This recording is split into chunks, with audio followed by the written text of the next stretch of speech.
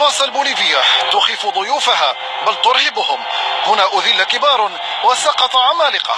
الأرجنتين لم تشكل استثناء حتى بنجومها، فكيف إن غاب ميسي منقذ باوسا وملهم الأرجنتين الأوحد؟ والإلهام غاب عن دي ماريا والبقية. ثلث ساعة خضراء اللون. بوليفيا ضربت حصارا على الأرجنتين، غارات من كل الجهات، وحده روميرو من ذكر اسمه من جانب الضيوف.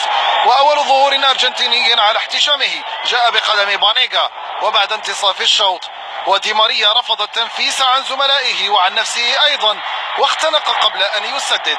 تهديد أخذه المحليون على محمل الجد، وتكفل أرتشي بالرد، والرد هدف في شباك روميرو على مرأى من رئيس البلاد إيفو موراليس.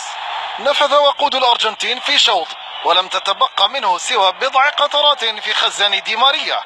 أما بوليفيا فاستمرت كما بدأت، ومورينو أجهز على باوسا ورجاله بهدف ثان مطلع الشوط الثاني.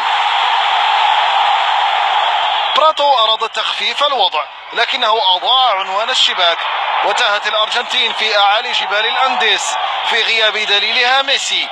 بوليفيا نالت النقاط ولم تكن بحاجة إليها، والأرجنتين أضاعت النقاط وهي أحوج ما تكون إليها. عثرة قد يكون لها ما بعدها في تصفيات لم تبح بعد بكامل أسرارها، أو على الأقل بالنسبة للأرجنتين.